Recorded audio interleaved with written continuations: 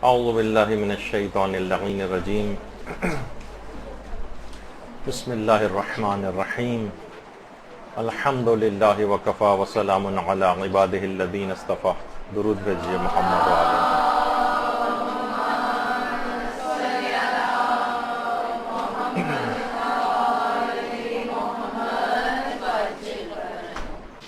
یہ آخر ہر سال رمضان کا استقبال کیوں کیا جاتا ہے؟ دیکھیے، سب کو اس کے متعلق یقیناً علم ہے، اکثر لوگ اس کے مسائل سے بھی واقف ہیں. دیکھیے، علم ایک الگ چیز ہوتی ہے اور تذکر ایک الگ چیز ہوتی ہے. ضروری نہیں ہے کہ مثلا وہ چیز جو بتائی جائے وہ آپ کو پہلے سے علم میں آپ کے نہ ہو. نہیں، یاد دہانی بھی ضروری ہوتی. یہ جو تلقین پڑھی جاتی ہے مردے کے لیے، کیا یہ اس کو پہلے سے عقائد حقہ پوری زندگی میں اس کا اظہار نہیں کرتا رہا ہے؟ لیکن اس کا تذکر کیا جاتا ہے تلقین میں.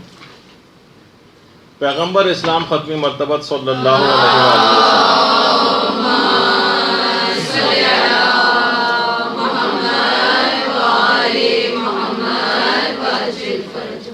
نے امیر المومنین علیہ السلام کی والدہ گرامی فاطمہ بنت اسد سلام اللہ علیہ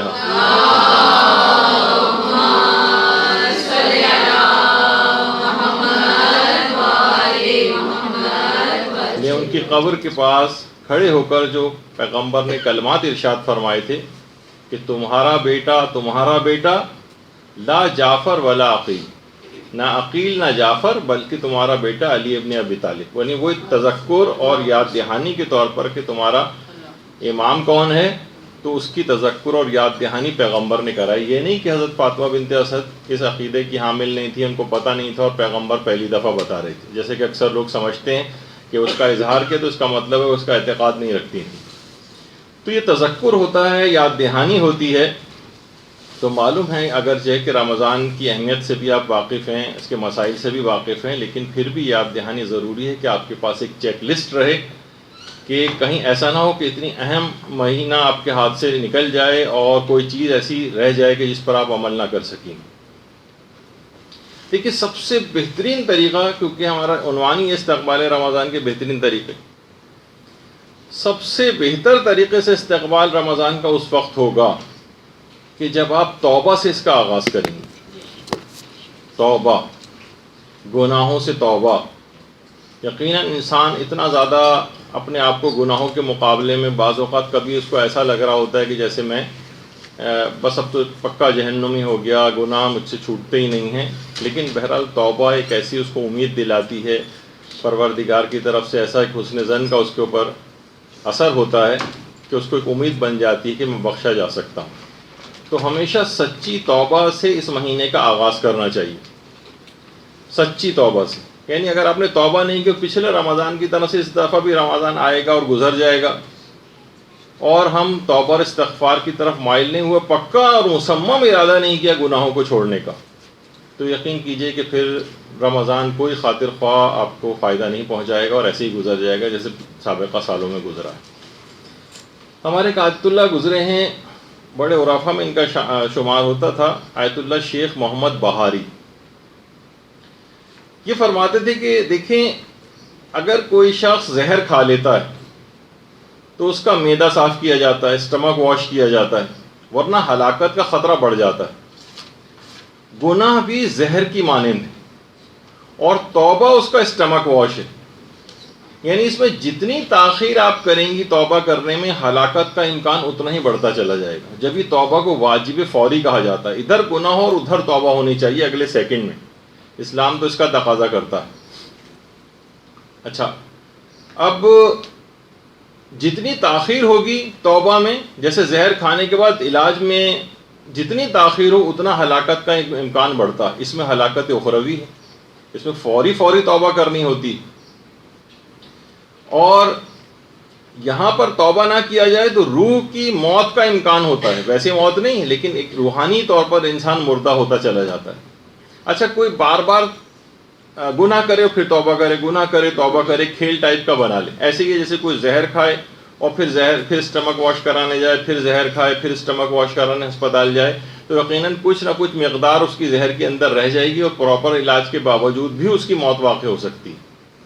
تو یہی گناہوں کے ساتھ بھی ہوتا ہے کہ اگر ہم نے توبہ کو اس طرح کا کھیل بنایا کہ ٹھیک ہے گناہ کر رہے ہیں، توبہ بھی کر رہے ہیں، استغفار کی تسبیح پڑھ لی، پھر گناہ کیے، پھر توبہ کر لی، اس طرح سے ہلکے پھلکے انداز سے، تو وہ زہر اندر بڑھتا چلا جائے گا اور یہاں تک کہ پھر روحانی ہلاکت کی طرف چلا جائے گا۔ توبہ کو انسان کھیل نہ بنائے، ایسی ہی جیسے اتفاقاً کوئی چوتھی منزل سے کبھی نیچے چھلانگ لگائے اور نیچے کسی گاڑی واڑی یا گدے ودے کے اوپر گر کے اس کی جان بچ جائے تو سوچے کہ ہر دفعہ میں بچ جاؤں گا اور بار بار ایسی چھلانگیں لگاتا رہے۔ نہیں، ایسا نہیں کرنا چاہیے۔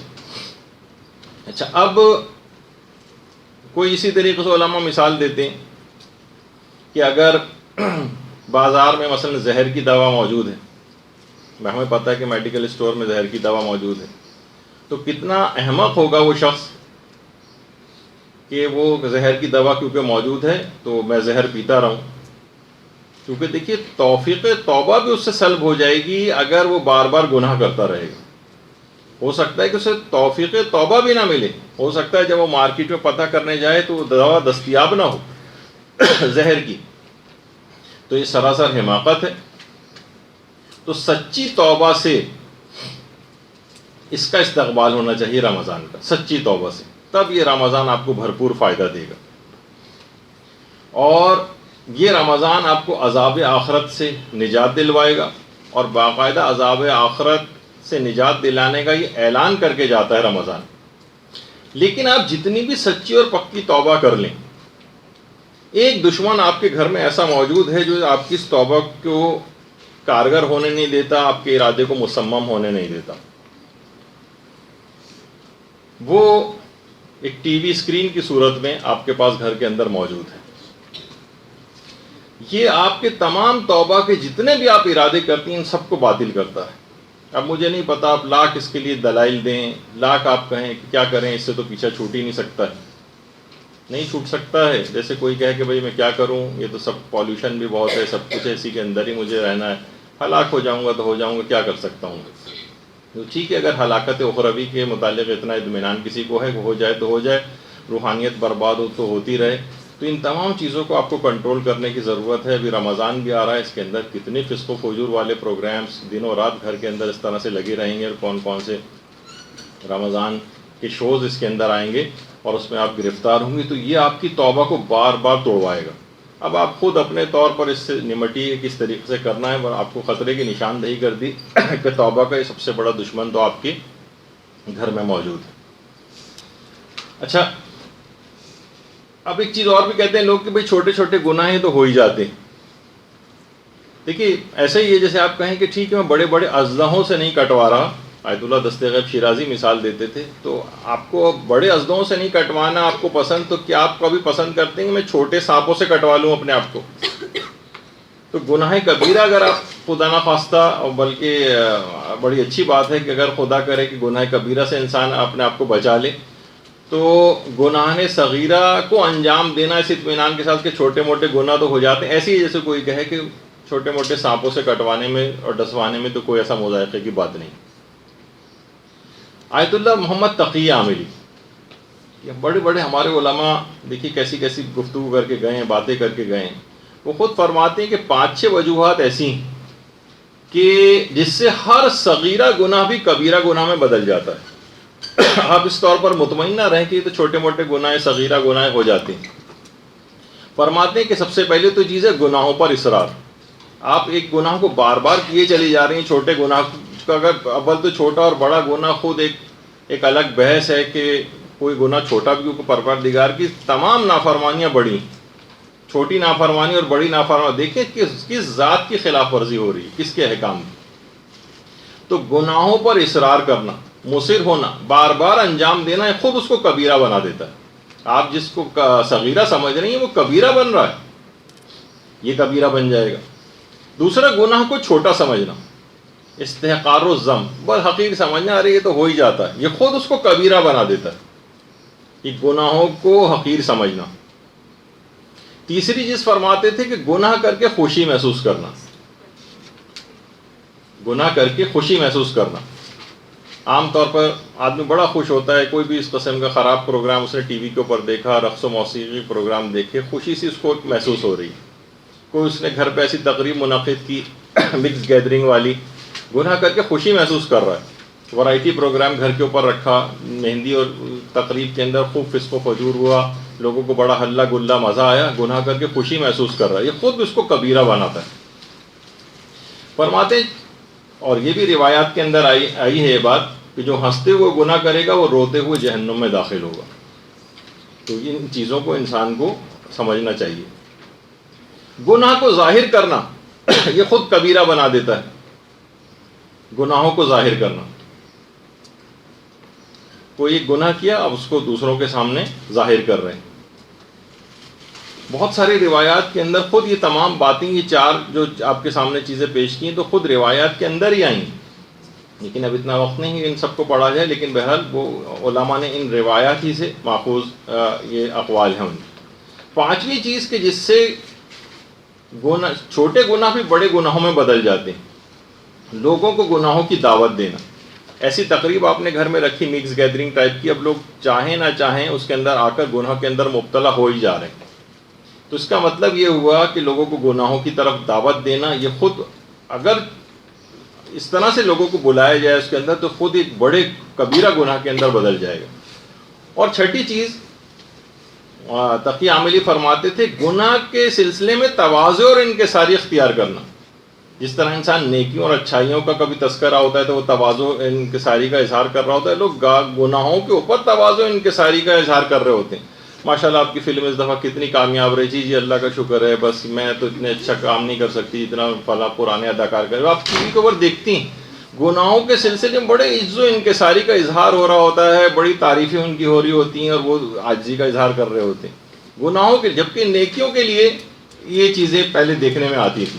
تو یہ سب کے سب حرام، جو چھوٹے جن کو آپ گناہ سمجھ رہی ہیں، یہ سب کبیرہ گناہوں کے اندر تبدیل ہوئے چلے جا رہے ہیں۔ تو انسان اگر روزہ رکھے اور افطار کے بعد پھر زہر کھا لے، روحانی زہر، اور اگلے دن پھر روزہ رکھے، پھر اس کے بعد پھر زہر کھا لے، تو وہی ابھی آپ نے سنا بار بار کہ زہر کی کچھ مقداریں جو اندر رہ جائیں گی بالآخر اس کو پھر ہلاک کر دیں گے۔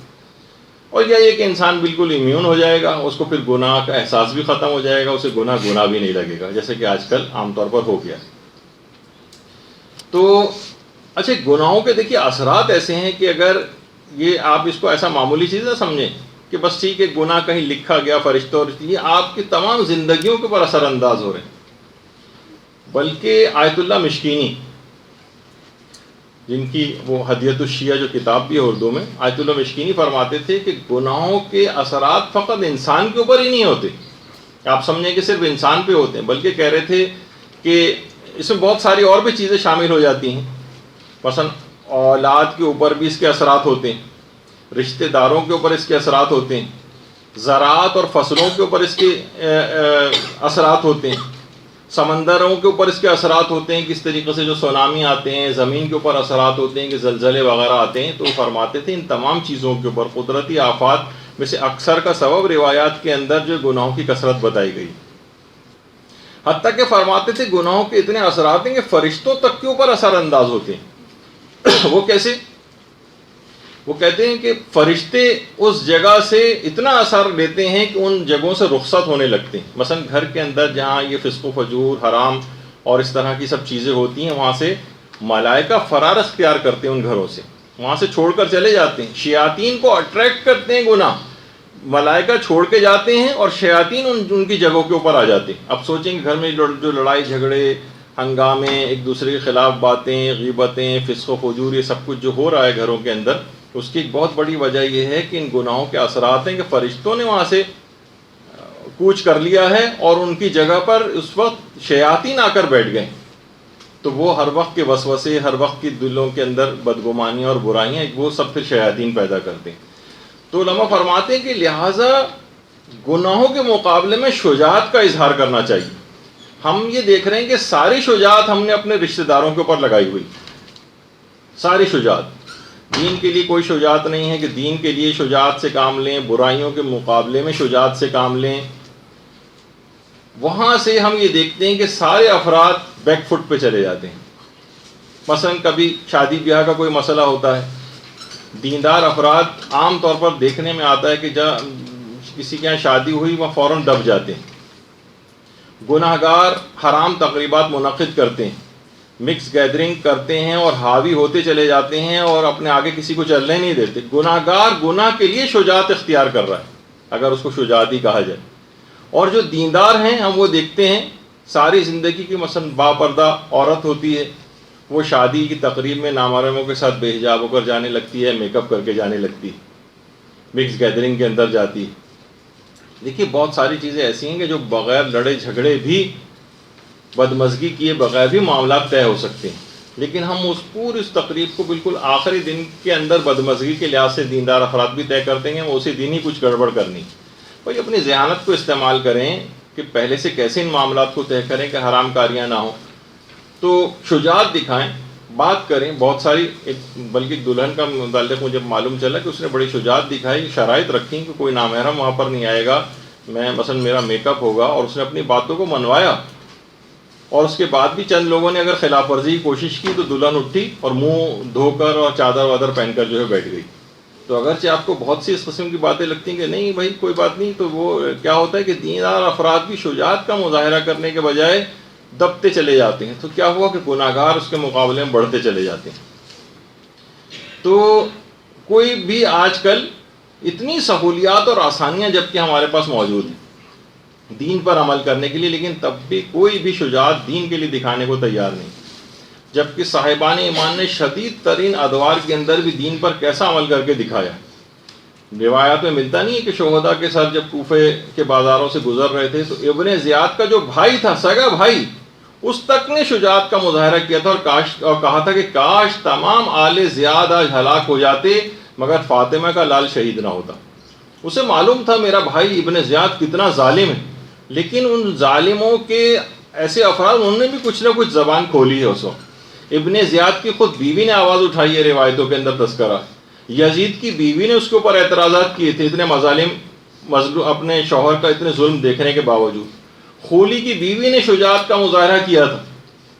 اور بریر حمدانی، ان کی اپنی بیوی نہیں، بریر کے جو قاتل تھا، بریر کا قاتل جب گھر کے اندر آیا ہے تو بریر کے قاتل کی جو بیوی تھی وہ ناراض ہو کر گھر چھوڑ کر چلی گئی تھی. اس نے اتنا شجاعت کا مظاہرہ کیا تھا.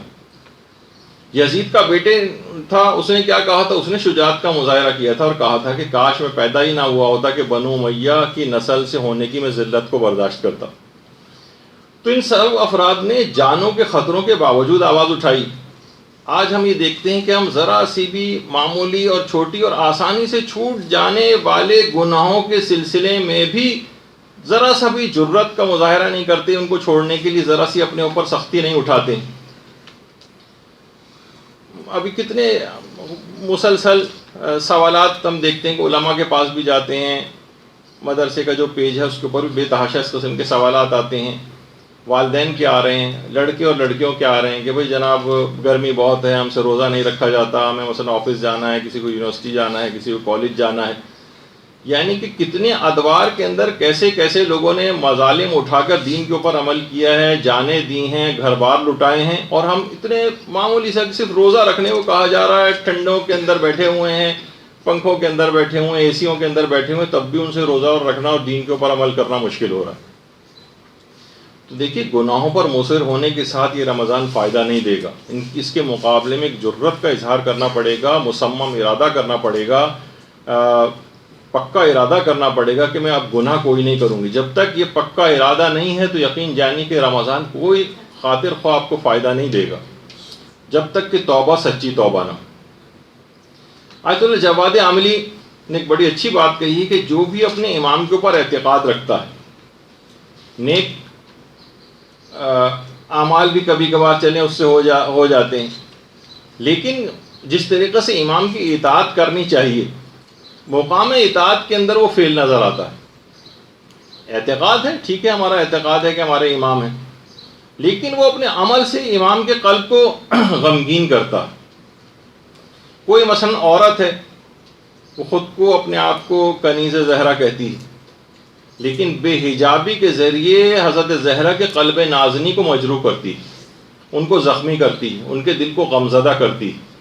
تو فرماتے ہیں کہ یہ تمام افراد کے جو کہ بد اعمالیوں کے ذریعے اور گناہوں کے ذریعے، چاہے وہ ان کے اوپر اعتقاد ہی کیوں نہ رکھتے ہوں، یہ تمام افراد زہرا کے لخت جگر کے ظہور کی راہ میں رکاوٹ ڈالنے والے ہیں، آیت اللہ جواد عاملی فرماتے ہیں.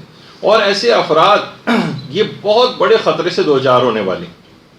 وہ خطرہ کیا ہے؟ فرماتے ہیں کہ جب یہ لوگ مرتے ہیں یا مریں گے تو بعض گناہوں کے باعث یہ قبر میں امام زمانہ علیہ السلام کا نام تک بھول جائیں گے.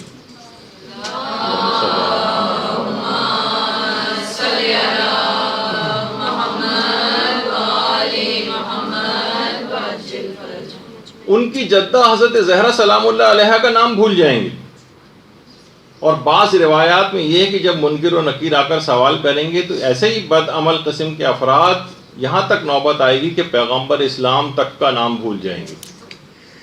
بہت بڑے خطرے سے انسان دوچار ہوتا ہے. اب اس رمضان سے بھی فائدہ نہیں اٹھایا اگر ہم نے گناہوں کے اندر ویسے ہی رہے اور مصمم ارادہ نہیں کیا کہ بس آج کے بعد مجھے کوئی گناہ نہیں کرنا ہے، اور کبھی کبھار ہو جائیں تو توبہ کی توفیق مل جائے گی اور سہو اور نسیان کے اندر ہو جائے، لیکن پکا اور مصمم ارادہ کرنا ہے کہ نہیں کرنا ہے. ہلکا پھلکا سا ارادہ ہو کہ ٹھیک ہے جب کبھی موقع آئے گا تو اتنا تو ہو ہی جاتا ہے، تو اس کا مطلب یہ ہوا کہ گناہ کا پکا ارادہ نہیں کیا آپ نے چھوڑنے کا، اور یہ رمضان اتنا فائدہ مند ثابت نہیں ہوگا. ورنہ کتنا بڑا خطرہ ہے کہ ان شخصیات کے نام تک انسان بھول جائے، سوال منکر و نکیر ہو رہا اور ان شخصیات کے نام اس کو یاد نہ ہو، پتہ ہی نہ ہو، ہکا پکا رہ جائے، تو پھر قبر کے اندر کیا ہوگا. تو دیکھیے یہی مسئلہ ہے کہ اس نفس کو رمضان کے اندر مکمل طور پر قابو کرنا ہے. دیکھیے خود ابلیس جو ہے نا، یہ خود نفس امارہ کا شاگرد ہے. بھائی ابلیس کو بھی تو کسی نے بہکایا. کس نے بہکایا؟ اس کے اپنے نفس امارہ نے اس کو بہکایا. الگ سے اس کے لیے کوئی اور ابلیس وغیرہ کا سلسلہ نہیں تھا، یہی اس کا نفس تھا. یعنی نفس جو ہے یہ شیطان کا بھی استاد ہے. بس اسی کو آپ کو رام کرنا ہے. یہ رمضان کا مہینہ اسی نفس کو رام کرنے کے سلسلے میں. آیت اللہ حق شناس جن کا پچھلی مرتبہ بھی تذکرہ ہوا تھا، آپ فرماتے تھے کہ آپ صرف اور صرف ترک معصیت کا ارادہ کریں، پکا ارادہ کریں. بس خدا آپ کو خود حرام کام سے بچا لے گا، خدائی مدد آئے گی. آپ کا کام فقط پکا ارادہ کرنا ہے. اور پکا ارادہ آپ کو خود پتہ ہے کہ پکا ارادہ کیا ہوتا ہے، کہ آپ کا یعنی آپ مصمم ہوتی ہیں کہ کوئی بھی کام دنیا میں جو آپ کر رہی ہیں ایک کمٹمنٹ ہوتا ہے، پکا ارادہ ہوتا ہے. کوئی لڑکی میڈیکل کالج میں پڑھ رہی ہوتی ہے، پکا ارادہ ہوتا ہے کہ میں اس کو جو ہے پورے کورس کو کمپلیٹ کروں گی. مثلا دنیاوی چیزوں کے لیے انسان پکے ارادے نہیں کرتا. اس طرح کا کوئی پکا اور مصمم ارادہ کرے کہ نہیں میں گناہ نہیں کروں گی، ترک اور آگے کی چیزوں کو فی الحال دماغ سے نکال دے. ورنہ ہوتا ہے نا کہ اندرونی طور پر ایک شکست کا سا احساس ہوتا ہے کہ پہلے بھی کتنی توبہ کی ہیں جو ٹوٹ چکی ہیں. نہیں، ایک دفعہ پکا ارادہ کیجیے. آیت اللہ حق شناس فرماتے تھے پکا ارادہ کرنے کے بعد اللہ خود آپ کو جس وقت حرام کا موقع آئے گا، ایک غیبی طاقت آپ کو اس حرام سے روک لے گی. آپ اپنے اوپر بھروسہ نہ کریں، پروردگار عالم پر بھروسہ کریں. اس پر بھروسہ کر کر پکا ارادہ کر لیں، تو پھر آپ دیکھیے کہ کتنا اس سے فرق پڑے گا. تو اچھا ہمارے ساتھ کیا ہوتا ہے کہ دیکھیے ہم رمضان میں شکل روزے دار جیسی بناتے ہیں، باطن ہمارا روزے دار نہیں بن پاتا ہے. جبکہ روزے انسان کو اگر حقیقتاً صحیح پیمانے اس پہ روزہ رکھے تو انسان کا باطن خوبصورت بن جاتا ہے. خواہ بظاہر اس کا چہرہ روزے کے اندر اترا ہوا محسوس ہو، خواہ اس کے منہ کی بو اچھی محسوس نہ ہو، لیکن خدا کے نزدیک اس کی باطن کی خوبصورتی یہ سب سے زیادہ اہمیت رکھتی ہے. آیات میں بھی ہے، روایات میں بھی ہے کہ خدا تمہارے چہروں کو نہیں دیکھتا ہے بلکہ تمہارے اعمال کو دیکھتا ہے. تو اچھا یہ غلطی کیا ہو رہی تھی؟ ان سب سے بھی ہو رہی تھی. باطل بھی ہمیشہ، اور ہم لوگ بھی ظاہر پرست اتنے ہو گئے ہیں کہ ہم صرف ظاہر کو دیکھتے ہیں. جیسے ابن زیاد تھا، اجڑے ہوئے گھرانے کو بظاہر دیکھ کے کہہ رہا تھا اور مذاق اڑا رہا تھا کہ دیکھا خدا نے تمہارے ساتھ کیا سلوک کیا. تو ثانی زہرا حضرت زینب سلام اللہ علیہ نے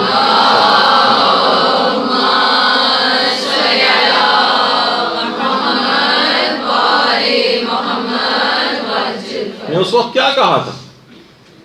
ما رائے تو الا جمیلا، ہم نے تو سوائے پروردگار سے حسن و خوبصورتی کے علاوہ کچھ دیکھا ہی نہیں. باطن کی طرف متوجہ کیا. بظاہر وہ لوٹا پٹا گھرانہ تھا، جس خاندان کے سارے مرد مارے جا چکے تھے، مظالم کی ایک انتہا ہو چکی تھی، اس وقت شہزادی یہ کہہ رہی ہیں کہ ہم نے پروردگار سے سوائے خوبصورتی کے کچھ نہیں دیکھا ہے۔ تو اس سے آپ اندازہ لگائیے کہ وہ باطن کی طرف متوجہ کر رہی تھی، ظاہر کی طرف نہیں۔ ظاہر تو صرف ابن زیاد دیکھ رہا تھا کہ ان کے ساتھ ان کے مظالم کے بعد اس خاندان کا ہم نے کیا کس نتیجے تک ان کو پہنچایا ہے، بظاہر مظلومیت کا کتنا بڑا اس کے سامنے اظہار ہو رہا تھا، لیکن کیا ہے انہوں نے باطن کی طرف جو ہے وہ متوجہ کرایا۔ بظاہر بھی لوگ ہمارے یہاں بھی دیکھیے دنیاوی ترقیوں سے کتنا زیادہ متاثر نظر آتے ہیں، باہر ملکوں کے اور مغربی ممالک کی کتنی تعریفیں ہو رہی ہوتی ہیں کہ دیکھیے کتنی ایجادات وہاں پر ہو گئی ہیں، مغربی ممالک کے کتنے زبردست سسٹم بنے ہوئے ہیں، کوئی وہاں سے آ جائے تو بس وہاں کے قصیدے ہی دن و رات پڑھتا رہتا ہے۔ تو دیکھیے یہ خوشحالی جو وہاں پر ہے، لیکن اگر کوئی شخص وہاں پر رہے یا ایسی جگہوں کے اوپر جا کر رہے کہ جہاں اس کا دین تباہ و برباد ہو رہا ہو، کہ جس کے متعلق حضرت امیر بھی فرماتے تھے کہ وَالْحَرِيبُ مَنْ حُرِبَ دِينُهُ، جس کا دین لوٹ لیا گیا ہو اس نے سب کچھ اپنے ہاتھ سے کھو دیا۔ تو کسی بھی جگہ بظاہر آپ کو لگ رہا ہے کہ کوئی شخص بہت خوشحال ہے، بظاہر بہت لگ رہا ہے کہ بہت اچھی جگہ کے اوپر رہتا ہے، لیکن مثلا اگر اس کا دین تباہ حال ہوا ہے، دین اس کے ہاتھ سے نکل گیا ہے، تو اس نے سب کچھ کھو دیا۔ ظاہری طور پر وہ جو آپ سنتی ہیں کہ حاجی کتنے زیادہ تھے کہ آ کر راوی نے کہا تھا کہ مولا کتنا زیادہ آواز آ رہی ہے لبیک اللہم لبیک کی، تو امام نے فوراً، یہ تو ظاہر نظر آ رہا تھا نا لوگوں کو، ابو بصیر کو باطن دکھایا اپنی دو انگلیوں کے درمیان، اور اس کے بعد کہا ما اقل الحجیج و اکثر الزجیج، حاجی کتنے کم ہیں اور شور مچانے والے کتنے زیادہ ہیں۔ اور جب دو انگلیوں کے بیچ میں دیکھا تھا تو کوئی کتا کھڑا ہوا تھا، کوئی سور کھڑا ہوا تھا۔ یہ باطنی نگاہ کے اندر باطن کو امام نے اس کی طرف متوجہ کیا کہ انسان اپنے ظاہر کو صرف اچھا نہ کرے بلکہ باطن کو اچھا بنائے۔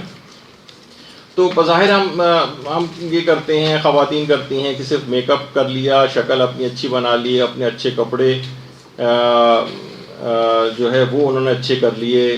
اچھا دنیاوی طور پر رشتوں کے سلسلے میں بھی زیادہ تر مال و دولت وغیرہ کو دیکھا جاتا ہے، دنیاوی چند ڈگریوں کو اس کی دیکھا جاتا ہے، اچھی جاب کو مد نظر رکھا جاتا ہے، لیکن جو باطن ہے، دین ہے، اس کا ایمان ہے، اس کا تقوی ہے، اس کی شرافت ہے، اس کی دیانت ہے، ظاہر بین افراد ان چیزوں کی طرف نہیں جاتے رشتوں کے سلسلے میں بھی، اور صرف ظاہر کو دیکھ رہے ہوتے ہیں۔ دیکھیے میں وہی بات بیان کر رہا ہوں کہ فقط ایسا نہ ہو کہ روزہ رکھنے کی ظاہری شکل و صورت بنائی جائے، روزے سے انسان کو اپنا باطن خوبصورت کرنا ہوتا ہے۔ حضرت امیر بن نہج البلاغہ میں اسی وجہ سے فرماتے ہیں اللہم صلی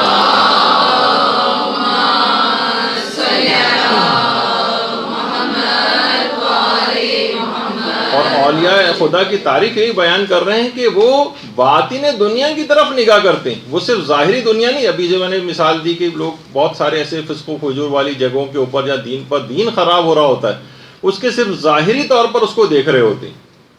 تو لیکن کیا ہے، اولیاء خدا باطن دنیا کو دیکھتے ہیں اور عام لوگ ظاہر دنیا کو دیکھتے ہیں۔ تو باطن کی طرف آپ کو نگاہ کرنی ہے، اپنے بھی باطن کی طرف آپ کو نگاہ کرنی ہے، کیونکہ دیکھیے جن افراد کی آپ نگاہوں میں کوئی مقام بنانے کے لیے اچھے کپڑے پہنتی ہیں، اپنی اچھی شکل و صورت بناتی ہیں، یقین کیجئے کہ وہ آپ کو حاسدانہ نگاہ سے دیکھتے ہیں، وہ آپ کے نعمت کا زوال چاہتے ہیں۔ آپ جن کو دکھا رہی ہیں نا اچھے کپڑے، اور بار بار اچھے اچھے کپڑے ہر دفعہ ان کے لیے بنا کر اپنے آپ کتنی محنتیں کر رہی ہیں، تگ و دو کر رہی ہیں، صرف لوگوں کو دکھانے کے لیے تو کرتا ہے انسان، یہ کیوں اس طرح کے زیور پہنتا ہے؟ وہ سب خواتین جن کے سامنے آپ اس طرح تیار ہو کر جاتی ہیں، وہ حاسدانہ نگاہ سے آپ کو دیکھتی ہیں۔ ہو سکتا ہے کہ بہت قریبی کوئی رشتہ دار بھی آپ کو حاسدانہ نگاہ سے دیکھ رہا ہو اور خوش نہ ہو رہا ہو۔ تو ایسے افراد کے لیے کہ جو صرف آپ کے ظاہر، جن کے لیے آپ اچھا بنا رہی ہیں اتنا اور اتنی محنت کر رہی ہیں، جو اسلام کو مطلوب بھی نہیں ہے، اور وہ آپ سے حسد کر رہے ہیں، ان حاسدوں کے لیے آپ اتنی محنت کر رہی ہیں، اس کے مقابلے میں کتنی کم محنت سے آپ اپنے باطن کو ٹھیک کر کے اپنے پروردگار کو راضی کر سکتی ہیں۔ تو اس کے لیے ہلکان ہونا، ظاہر کے لیے ہلکان ہونا، یہ انتہائی حماقت ہے۔ انسان کو چاہیے کہ اپنے باطن کو اچھے سے اچھا بناتا چلا جائے، دنیاوی ظاہری اعتبار سے جتنی ضرورت ہوتی ہے اپنے ظاہر کو ٹھیک کرنے کی اتنا ظاہر کو ٹھیک کریں، لیکن ساری محنتوں کا، ساری ہمتوں کا محور و مرکز فقط ظاہر کو بہتر بنانا نہ بنے۔ تو دیکھیے ظاہر اور باطن کی موافقت، یہ بہت علماء اس بات کو بہت زور دیتے ہیں. ہم دیکھتے ہیں ہماری عام زندگی میں بڑی منافقانہ ایک رویہ ہے. ظاہر کچھ ہوتا ہے ہمارا، باطن کچھ ہوتا ہے. ذرا سا کسی سے ملتے ہیں، ظاہر میں کسی اور طرح سے ملتے ہیں، جب وہ اٹھ کر جاتا ہے تو ہمارا اس کے متعلق پیچھے رویہ کچھ اور ہو جاتا ہے. ظاہر اور باطن کے اندر ایک موافقت ہونی چاہیے. جب یہ وجہ ہے کہ امیر المومنین علیہ الصلوۃ والسلام کی حدیث ہے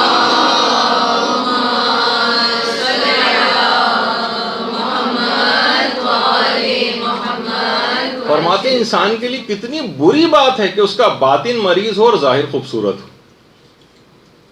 یہ اسی کو تو دیکھیے، آپ دیکھتی ہیں وہ جو ٹپ آف دی آئس برگ جس کو کہا جاتا ہے، کہ اوپر ظاہر اگر آپ دیکھیں تو کتنا چھوٹا سا صرف ایک کونا سا اوپر نکلا ہوا ہوتا ہے، اور ایک اتنا بڑا پہاڑ اس کے جو ہے وہ نیچے ہوتا. سانپ کا آپ ظاہر دیکھیں، بظاہر کتنے کلرفل قسم کے سانپ ہوتے ہیں. بظاہر اگر اس کی خطرناکیت آپ کو ایک طرف کر دیں تو سانپوں کا رنگ، خصوصیات دیکھنے میں بڑا خوبصورت ہے سانپ. لیکن کیا ہے اس کا باطن کیسا ہے؟ ایک زہریلا ہے. تو یہی تمام چیزیں کہ ظاہر اور باطن ایک ہونا چاہیے. اور یہی وجہ ہے کہ آیت اللہ علی آقا قاضی، جن کا اکثر و بیشتر تذکرہ آتا ہے، ظاہر اخلاقیات کی لحاظ سے گفتگو ہو رہی ہوتی ہے تو زیادہ تر ہم اخلاقیات کے ماہر علماء کو کوٹ کرتے ہیں. فقہی مسائل کی گفتگو ہوتی ہے تو زیادہ تر مجتہدین کی فتاوے اور ان کی باتیں آتی ہیں. تو فرماتے تھے کہ اس حد تک تاکید کرتے تھے ظاہر اور باطن کی موافقت کی، کہ کہتے تھے کوئی درجہ انسان حاصل ہی نہیں کر سکتا جب تک کہ اس کا ظاہر اور باطن ایک جیسا نہ ہو جائے. یہ اپنے آپ کو واقعی اس رمضان کے اندر ہی کوالٹی پیدا کرنے کی کوشش کرنی چاہیے ہم سب کو، کہ ظاہر اور باطن ایک ہی ہو جائے. ایسا نہ ہو کہ پیچھے کچھ ہو رہے ہیں ہم کسی کے، سامنے کچھ اور ہو رہے ہیں. ظاہر کے اندر زیادہ تقویٰ و پرہیزگاری کا مظاہرہ کر رہے ہیں، باطن میں جبکہ ایسے نہیں ہیں. باطن میں اتنی خباثت ہمارے بھری ہوئی ہے، بظاہر بڑے انکساری کے ساتھ مل رہے ہیں لیکن مثلا دل میں اس کے خلاف بغض رکھا ہوا ہے. تو باقاعدہ آیت اللہ علی آقا قاضی نے ایک وصیت نامہ لکھا تھا، اور وصیت نامہ لکھنے کے بعد 3 گواہ بنائے تھے. اس وصیت نامے کے گواہ بھی بنائے تھے، ایک آقا ہاشم حداد، اور ایک آیت اللہ عباس حاطف کوچانی، اور ایک آیت اللہ سید جمال الدین گلپائگانی. یہ 3 افراد تھے. انہوں نے اپنا ایک وصیت نامہ لکھا تھا اور ان 3 افراد کو اس کا گواہ بنایا تھا. اور اس میں یہ بات کہی تھی علی آقا قاضی نے کہ ظاہر اور باطن کی موافقت، اس کی بہت زیادہ تاکید کی تھی کہ انسان کا ظاہر اور باطن ایک ہو جائے. اپنے آپ کو ایم بنائے، ایک ٹارگٹ بنائے، ایک ہدف مقرر کرے کہ میں کسی بھی طریقے سے ظاہر اور باطن میرا ایک ہو. وہی ہے کہ ایسا نہ ہو کہ تقوی کا ظاہری مظاہرہ زیادہ ہو اور اندر سے اس سے خالی ہو. کسی سے ظاہری انکساری سے مل رہے ہو لیکن اندر اس سے بغض پائے جاتا ہو. دونوں کو ایک کر لیجیے آپ. سامنے بھی اس کی برائی نہیں کر رہے اور دل میں کینہ بھی نہیں رکھا ہوا اس کے لیے. تو یہ ہوگا کہ ظاہر اور باطن میں آپ کی موافقت ہو رہی. تو اور یہ بھی کہتے تھے کہ ہر نیک اور بد سے نیکی کرو، سوائے اس کے کہ کسی خاص شخص سے اللہ نے نیکی کرنے سے روکا ہو. یعنی وہ کہتے تھے ہر نیک سے تو انسان نیکی کرتا ہے، یہ بد افراد سے بھی، ان کے ساتھ بھی نیکی یہ ہے کہ ان کو برائی سے روکو اور ان کے حال کے اوپر نہ چھوڑو. لیکن ابھی ہم دیکھتے ہیں یہی علماء کرام، ابھی آپ دیکھیں گی کہ ابھی شروع ہونے والا ہے کہ ابھی رمضان کے چاند کے سلسلے کے اندر یہ مسئلہ شروع ہوگا، پھر عید کے چاند کے مسئلے میں یہ مسئلہ شروع ہوگا، اور وہ ہوگا انہی علماء کی توہین. ہر گھر کے اندر ایسے افراد دیکھیے گا کیسے کیسے مولوی، ملا، فلاں، ان تمام مجتہدین اور مراجع کو کس انداز سے لوگ اس میں کہیں گے. ویسے بظاہر ان کی تعظیم کرتے ہوئے نظر آتے ہیں علماء کی، لیکن اس کے بعد جب موقع آتا ہے تو انسان ان کا ظاہر اور باطن اس کی موافقت نہیں کرتا اور اندرونی خباثت نکل کے باہر آ جاتی ہے اور ان علماء اور مراجع کو انسان برا بھلا کہنے لگتا. گھروں میں آپ دیکھیے گا کچھ عرصے میں. یہی وجہ ہے کہ آیت اللہ سید ابو الحسن مولانا، نام ہی ان کا تھا ابو الحسن مولانا، یہ فرماتے تھے 2 افراد کی غیبت سے خاص طور پہ اپنے آپ کو بچانا. اچھا، رمضان اور غیر رمضان دونوں ہی کے لیے بات ہے. رمضان کے اندر بھی اور غیر رمضان میں کہتے تھے ایک تو علماء کی غیبت سے انسان اپنے آپ کو بچائے، یہ بہت خطرناک ہے. علماء کی غیبت اور سادات کی غیبت. اب تو پورے گھرانے، ظاہر سادات گھرانے، اور ایک سید دوسرے سید کی بھی خوب غیبتیں کر رہا ہوتا ہے. وہ کہتے تھے کہ علماء اور سادات، خاص طور پر علماء کے لیے کہتے تھے، جس کے متعلق اکثر لوگ یہ بھی کہتے ہیں کہ یہ حدیث کا جملہ ہے، کچھ کہتے ہیں کہ نہیں ویسے ہی جملہ ہے کہ لحوم العلماء مسمومۃ. یعنی یہ حقیقتاً یہ جو آپ گوشت کھا رہے ہیں نا، یہ زہر آلود گوشت ہے. ایک تو عام گوشت ہے، انسان مردہ بھائی کا بھی کھائے تو ہو سکتا ہے کہ اس لحاظ سے نہ ہو، لیکن اس کے اندر زہر بھی ملا ہوا ہو تو کتنی ہلاکت کا یقینی خطرہ بڑھ جائے گا۔ تو اس لحاظ سے وہ کہتے تھے کہ علماء کی غیبت سے انسان کو اپنے آپ کو بچانا چاہیے، اور پیغمبر ختم مرتبہ صلی اللہ علیہ وسلم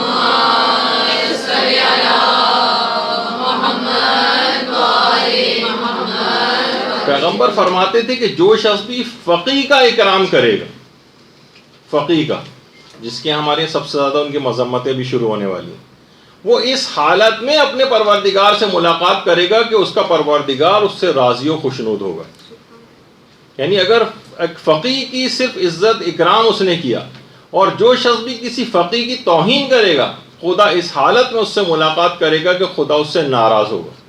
سوچیے کہ خدا اگر کسی سے ناراض ہو اور وہی آسرا ہو، اور خدا سے ملاقات آخرت، جس سے مراد ہے کہ عالم آخرت میں قیامت کے روز جس سے خدا ناراض ہو جائے، اس کا جہنم میں جانے کے علاوہ کیا اس کے پاس راستہ بچتا ہے؟ تو بہرحال سچی توبہ کے ساتھ اس رمضان کا استقبال ہونا چاہیے۔ سب سے بہترین طریقہ ہوگا رمضان کے استقبال کا، اور تمام گناہوں سے انسان اپنے آپ کو بچانے کا مکمل ارادہ کر لے صرف، باقی تو اس کے بعد آیت اللہ شناس فرماتے تھے کہ بس پروردگار خود ہی اس کو گناہوں کی انجام دہی سے رکوا دے گا۔ ایک فرشتہ گویا ایک لحاظ سے اس کا ہاتھ پکڑ کر روک لیا کرے گا۔ ایک دفعہ انسان پکا ارادہ تو کرے۔ یہ ہمارا ساتھ معاملہ یہ ہوتا ہے کہ ہمارے بہت ہی شکستہ، بہت ہی ہلکے پھلکے ٹائپ کے ارادے ہوتے ہیں، اسے ارادہ بھی نہیں، صرف ایک خواہش ہوتی ہے۔ جیسے مثال دی جاتی ہے نا کہ مثلا کوئی شدید بیمار اگر ہے تو اس کی خواہش تو ہے کہ میں صحت یاب ہو جاؤں، لیکن وہ کوئی بھی دوا نہ کرے، نہ کہ کوئی پرہیز کرے، تو بہرحال اس کی خواہش سے کوئی فائدہ نہیں ہوگا جب تک کہ وہ عملی اقدام نہیں کرے گا۔ تو یہی ہم لوگوں کے ساتھ ہوتا ہے، خواہش ہے کہ جنت میں اعلیٰ علیین تک جوار معصومین سے ملحق فرمانے کی کتنی دعائیں ہوتی ہیں، لیکن اس کے لیے کوئی عملی اقدام کوئی کرتا ہوا نظر نہیں آ رہا ہوتا۔ بہت ہلکے پھلکے سے خیالات ہوتے ہیں جسے خواہشات کہا جا سکتا ہے، لیکن ارادہ نہیں کہا جا سکتا۔ دوسری چیز جس سے آپ رمضان کا استقبال کر سکتی ہیں، اور وہ روایات میں بھی ملتا ہے کہ سب سے زیادہ خاموشی رمضان میں جس امام کی مشہور ہے وہ ہمارے چوتھے امام، امام زین العابدین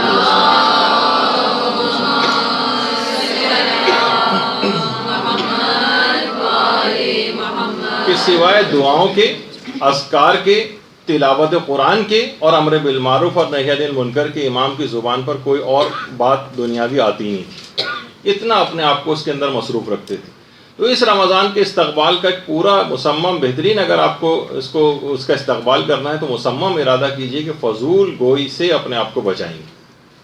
فضول گوئی کے اندر تمام حرام چیزیں بھی آتی ہیں اور فضول بیکار چیزیں بھی آتی ہیں۔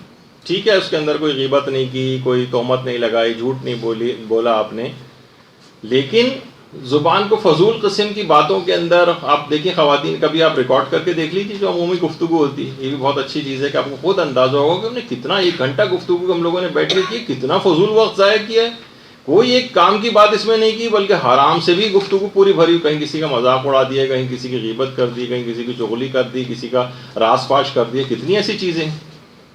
یہی وجہ ہے کہ آیت اللہ کوہستانی خرافہ میں سے گزرے ہیں، انہوں نے تو باقاعدہ اپنے مدرسے میں ایک جملہ لکھ کر لگایا تھا کہ میں فضول اور بیہودہ گفتگو کو لقمہ حرام سے کمتر نہیں سمجھتا۔ فضول گفتگو، ابھی کوئی بہت بڑے حرام والی گفتگو بھی مراد نہیں، یہ فضول اور بیہودہ قسم کی عام طور پہ جو گفتگو ہو رہی ہوتی، کہہ رہے ہیں بالکل لقمہ حرام کی طرح کے اثرات یہ رکھتی ہے۔ بلکہ کسی جگہ میں پڑھ رہا تھا، دیکھیے ایک تو آیت اللہ بہجت کے حوالے سے بہت ساری باتیں ایسی مشہور ہیں کہ وہ کبھی پیش نہیں آئیں، ان کے نام سے منسوب کر دی گئی ہیں۔ خود ان کی اپنی زندگی میں آیت اللہ بہجت کے لیے بہت ساری ایسی باتیں کہی جاتی تھیں کہ جن سے ان کے گھر والے لا علم ہوتے تھے، خود آیت اللہ بہجت لا علم ہوتے تھے کہ یہ ہم نے سنا ہے کہ آپ نے ایسا کہا ہے، کہنے نہیں میں نے تو ایسا کچھ نہیں کہا، ہم نے ایسا سنا ہے کہ وہ آپ بے ہوش ہو گئے تھے اور فجر کے وقت، اور وہ آپ نے اس وقت کہا تھا کہ وہ عورت جو امام زمانہ کو شہید کرے گی وہ پیدا ہو چکی ہے۔ باقاعدہ علماء کہتے ہیں ہم نے خود جا کے آیت اللہ بہجت، اتنی بات مشہور ہوئی کہ علماء کو جا کے آیت اللہ بہجت سے پوچھنی پڑی. آیت اللہ بہجت خود پریشان ہو گئے کہ یہ تم کبھی واقعہ پیش ہی نہیں آیا، میرے نام سے کیسے مشہور ہوا. تو بہرحال اس میں اوتھینٹسٹی وغیرہ بھی دیکھی جائے گی، لیکن میں اس لحاظ سے آپ کو بتا رہا ہوں کہ صاحب تھے جن کے متعلق بڑے قریبی تھے آیت اللہ بہجت کے، انہوں نے خود اپنی جو بہت سارے آیت اللہ بہجت کی نجی زندگی کے متعلق باتیں جو ہیں وہ لکھی ہیں. اس کے اندر یہ کہ انہوں نے کہا کہ آیت اللہ بہجت کے ایک بہت ہی عرفانیت کے بہت پرانے ہمدرس، وہ خود بڑے عارف تھے، ان کے بہت عرصے بعد 25-30 سال بعد آیت اللہ بہجت سے ملاقات ہونی تھی. تو ہم نے پورا انتظام کر رکھا تھا کہ باقاعدہ جب یہ ظاہر پرانے دوست ملیں گے تو کیسی کیسی باتیں دونوں آپس میں کریں گے. ہم نے کیمرے بھی لگا دیے وہاں پہ، آڈیو سسٹم بھی ریکارڈنگ کے لگا دیے کہ یہ دونوں بیٹھ کے باتیں کریں گے تو ان کی باتیں کتنی زبردست ہوں گی. ہم ریکارڈ کرتے ہیں. کہہ رہے ہیں دونوں آ کر ایک دوسرے سے گلے ملے اور بیٹھے، اور آدھا گھنٹہ گزر گیا دونوں نے ایک لفظ بھی بات نہیں کی ایک دوسرے سے. آدھے گھنٹے تک بیٹھے رہے اور اس کے بعد اٹھ کر چلے گئے. انہوں نے کہا آغا کوئی بات چیت ہی نہیں ہوئی. آیت اللہ بہجت نے کہا کہ ساری باتیں ہو گئی.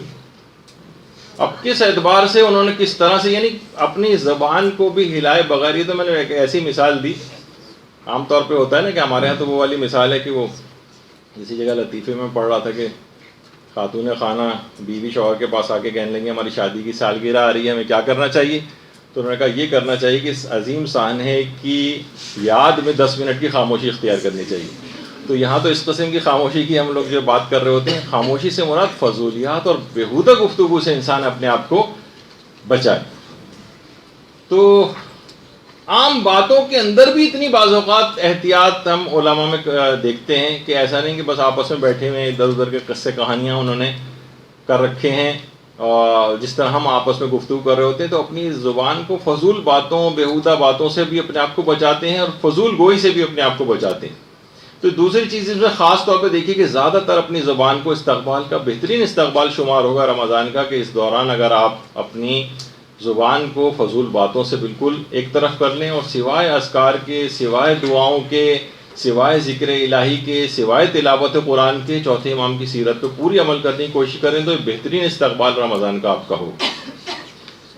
تیسری چیز یہ ہے، جو بھی آپ نے آیت اللہ بہجت کی بات سنی، اس کے بعد ایک اور علماء کہتے ہیں مال حرام سے پرہیز. مال حرام سے،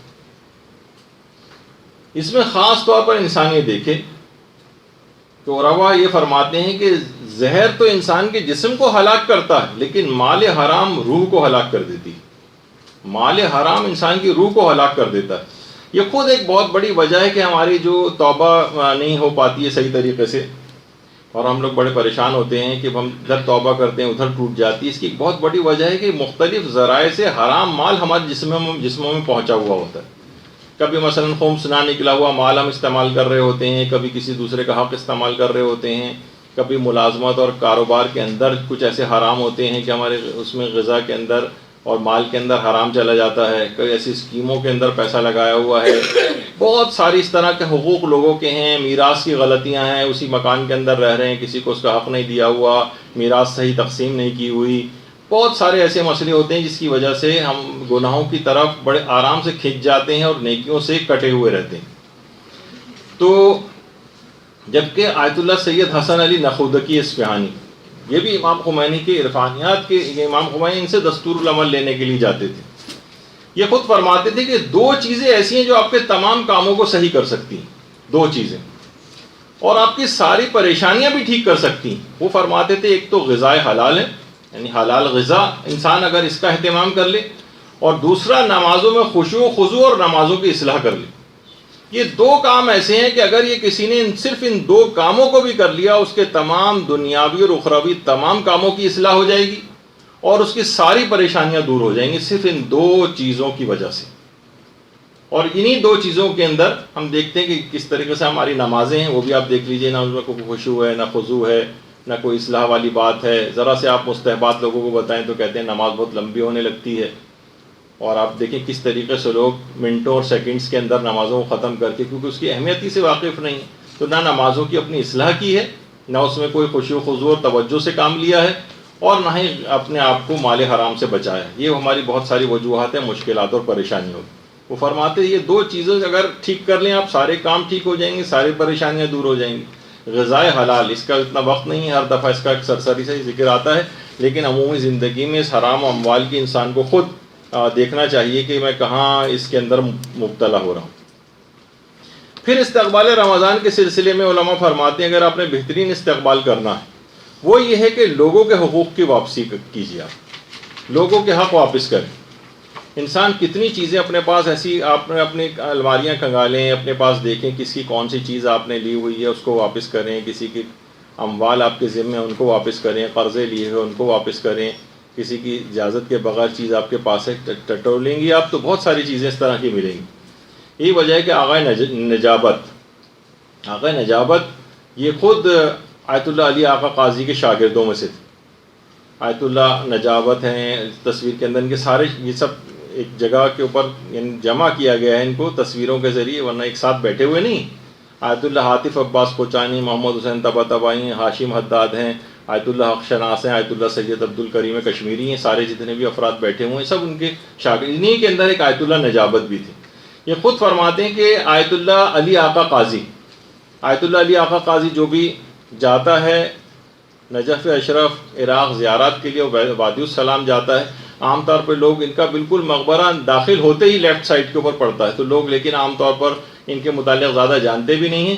تو آیت اللہ علی آقا قاضی ان کی بھی قبر کی زیارت کے لیے ضرور جانا چاہیے. اب تو آپ لوگوں نے کتنا تذکرہ درس کے اندر سنا ہے ان کی کتنی بڑی عظمت ہے, اور ایک عظمت خاص طور پر جو ہمارا شب قدر کا درس ہوگا اس کے اندر تو ایک بہت ہی زبردست ان کی عظمت کی, اس مقام کو انہوں نے حاصل کیسے کیا تھا وہ آپ کی خدمت میں پیش کریں گے کہ اس مقام, اتنے بڑے مقام کو کیسے حاصل کیا.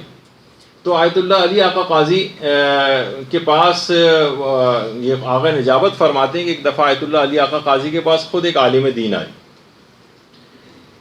اور آ کر کہا کہ ایک شاگرد کا ایک حق مجھ پر رہ گیا. اب وہ شاگرد بھی پتہ نہیں کہاں چلا گیا ہے, اب میں کیا کروں.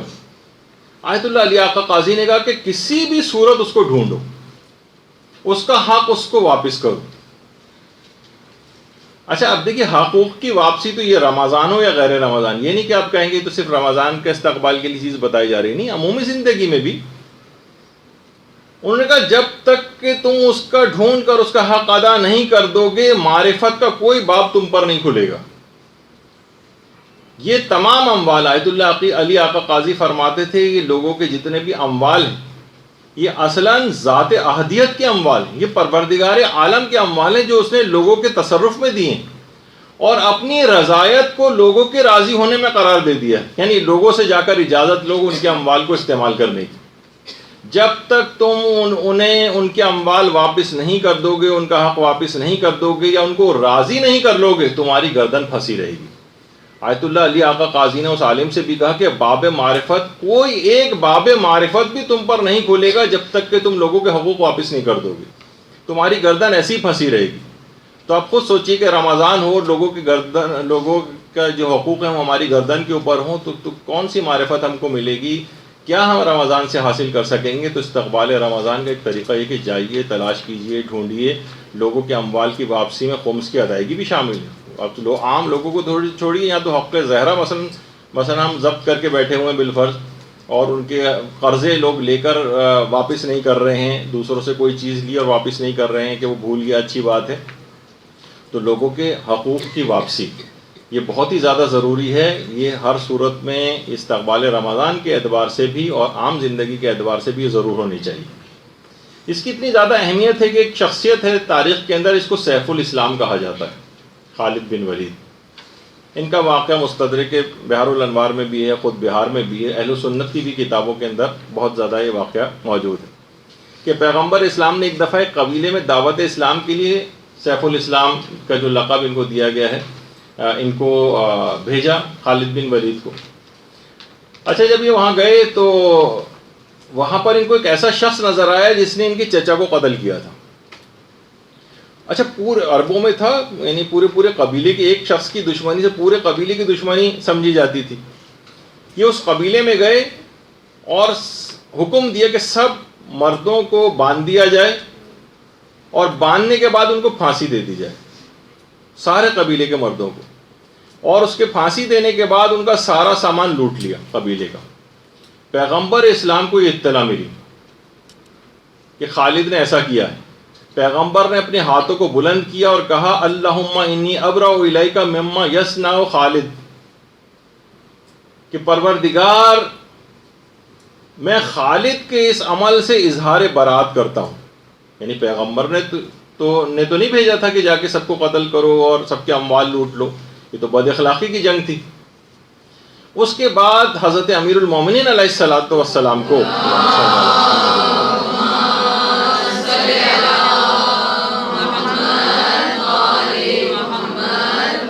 پیغمبر اسلام نے حضرت امیر کو بھیجا کہ تم جاؤ اور قبیلے والوں کو ہر ممکن طریقے سے راضی کرو۔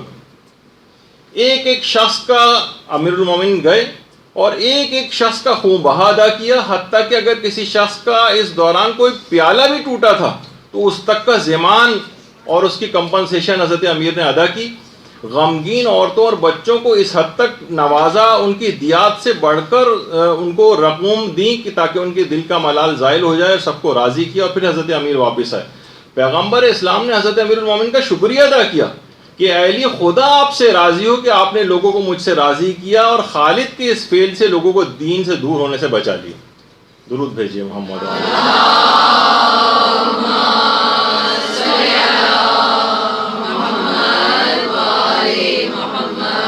ایک ایک پیالے کا ضمان ادا کیا، ایک ایک کو اس کی حیثیت سے بڑھ کر، ان سب کو جب تک مکمل طور پر راضی نہ کر لیا، سب کے اس کے حقوق واپس نہیں کر دیے، امیر المومنین واپس نہیں آئے۔ تھا بھی جبکہ کسی اور کا فعل تھا، لیکن کیونکہ پیغمبر کی طرف سے فرستادہ ہو کر گئے تھے، نمائندے بن کر گئے تھے، تو بہرحال اس حد تک پیغمبر نے اس کے باوجود بھی سب لوگوں کو راضی کیا حضرت امیر کے ذریعے۔ تو کیسے ممکن ہے کہ لوگوں کے حقوق آپ کے ذمہ موجود ہوں؟ تو وہی ان کا جملہ علی آقا قاضی کا کہ ابواب معرفت کھل نہیں پائیں گے۔ اور یہی وجہ ہے کہ آیت اللہ کوہستانی یہ جملہ بھی کہتے تھے، اور بڑی اہم بات تھی۔ وہ فرماتے تھے کہ اگر شب عید فطر آ جائے، ایک مہینے بعد آ جائے گی، اور کسی کا کوئی حق،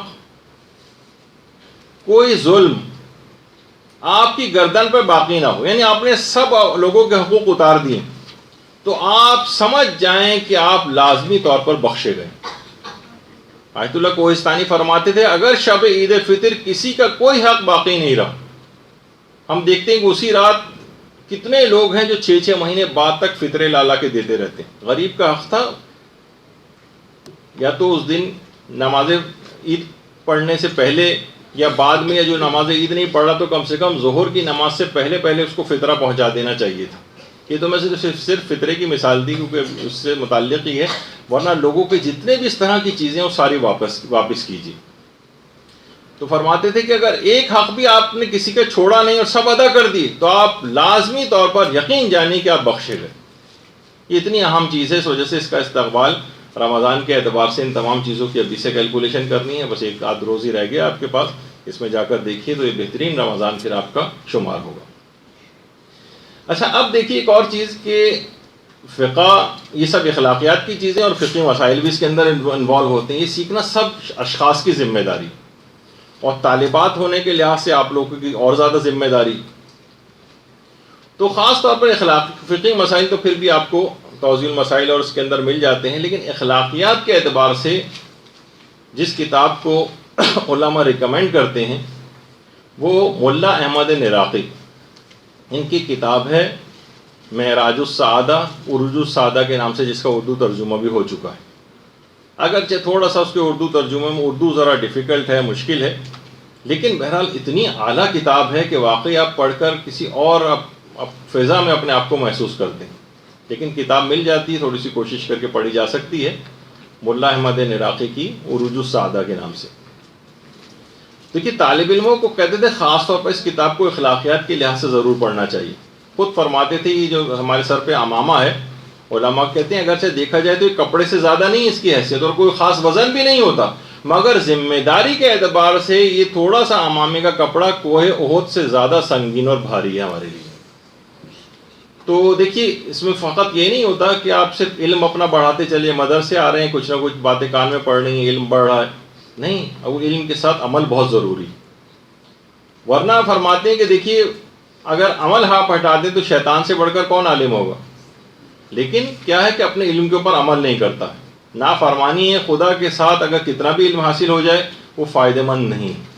یہی وجہ ہے کہ جو کتاب روح مجرد جو ان کے آیت آقا ہاشم حداد کے حالات کے اوپر لکھی گئی ہے، اس کے اندر بھی ایک بات آیت اللہ علی آقا قاضی کے حوالے سے لکھی ہے کہ آیت اللہ علی آقا قاضی ایک چیز کی بہت ہی زیادہ تاکید طالب علموں کے لحاظ سے بھی کرتے تھے اور ایک عام شخص کے لیے بھی فرماتے تھے. کہتے تھے کہ ایک روایت ہے جس کا نام ہے روایت عنوان بصری. ایک روایت ہے، اس کو آپ جا کر نکالیے، دیکھیے، پڑھیے. فرماتے تھے کہ عنوان بصری کی روایت جو کہ امام سے مروی ہے، کہتے تھے کہ اسے ہر شخص کو اپنی جیب میں اور پرس میں رکھنا چاہیے اور ہفتے میں 1 یا 2 مرتبہ نکال کر اسے پڑھنا چاہیے. کہتے تھے کہ اتنی اہم ہے کہ اس کو کسی کتاب کے اندر نہ رکھیں، بلکہ اس کو 1.5 صفحے کی حدیث ہے، اس کو جو ہے اپنے پاس جیب کے اندر رکھنا چاہیے کہ نکال کے ایک ہفتے میں 1 یا 2 مرتبہ اس کو نکال کر ضرور پڑھیں. عنوان بصری کی پورے ایک روایت ہے کہ وہ امام مالک کے پاس بھی جاتے تھے اور امام کے پاس بھی آتے تھے، تو امام بہرحال اس لحاظ سے ان سے خوش نہیں تھے اور ناراض تھے، اور ملنے کے وقت دینے کے باوجود بھی امام نے وقت نہیں دیا. یہاں تک کہ بہت کوشش کے بعد عنوان بصری نے جو ہے وہ وقت لیا اور اس کے بعد امام ان کے پاس اپنے گھر سے باہر نکلے، بلکہ اپنے گھر میں اندر ہی بلایا، اور اس کے بعد امام نے ان کو یہ ایک دستور العمل دیا، ایک لحاظ سے عنوان بصری کو ایک دستور العمل دیا. تو اس کو واقعتاً کسی بھی شخص کو اپنے حالات کو بہتر بنانا ہے، اپنے نفس کو بہتر بنانا ہے، تو اس کے مندرجات پہ آج بات کرنے کا وقت نہیں ہے. ورنہ واقعتاً پوری اگر آپ حدیث پڑھیں تو اتنا زبردست امام نے ان کو لاہ عمل بتایا ہے، اور اس کے بعد اپنی گفتگو کا سلسلہ کاٹا اور کہا کہ مجھے عبادت سے حائل مت کرو، مجھے عبادت خدا انجام دینی ہے، کہ امام اس کے پاس سے چلے گئے. تو بہرحال ایک پوری حدیث ہے. تو انسان کو چاہیے کہ اپنے نفس کو کس طریقے سے وہ امام نے کیا طریقے دستور العمل کے طور پر بتائیں، کن چیزوں کو اختیار کرے، کن باتوں کا خیال کرے. تو اس روایت کو بھی خاص طور پہ کہیں سے آپ نکالیے. اتنا وقت نہیں ہے، ورنہ آپ کو اس کا فوٹو کاپی بھی کروا کر دے دی جاتی ہے، ورنہ کتابوں کے اندر بہرحال مل جاتی ہے، آپ دیکھیے گا اس کو. اس کے علاوہ ایک اور چیز ہے اصلاح نفس کے اعتبار سے، وہ آیت اللہ علی شاہ آبادی جو کہ امام خمینی کے بھی عرفانیت کے استاد تھے، یہ فرماتے تھے کہ سورہ حشر کی آخری آیت کے اوپر مداومت، آخری آیت کے اوپر مداومت، سورہ حشر کی نہیں، آخری آیت نہیں، جو یہ والی جو آیت ہے وَلِتَنْظُرُ نَفْسٌ مَا قَدَّمْتُ لِغَدٍ، کہ انسان یہ دیکھے کہ اس نے اپنی آگے کے لیے کیا چیز بھیجی.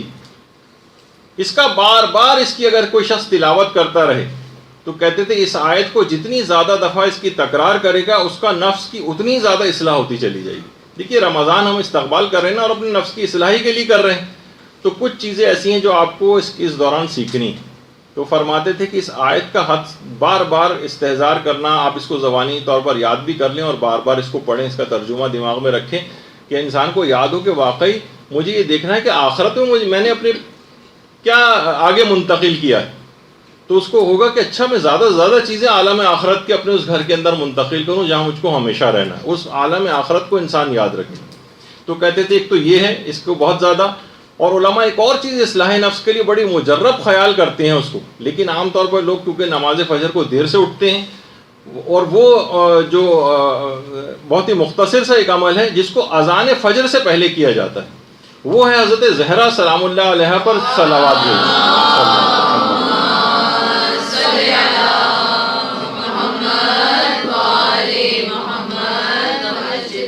تو فرماتے تھے کہ بہت ہی زیادہ مجرب ہے اصلاح نفس کے لیے کہ اذان فجر سے پہلے حضرت زہرا پہ جو صلوات بھیجے گا اس کا نفس انتہائی پاکیزہ ہو جائے گا. شخصیت بھی ایسی.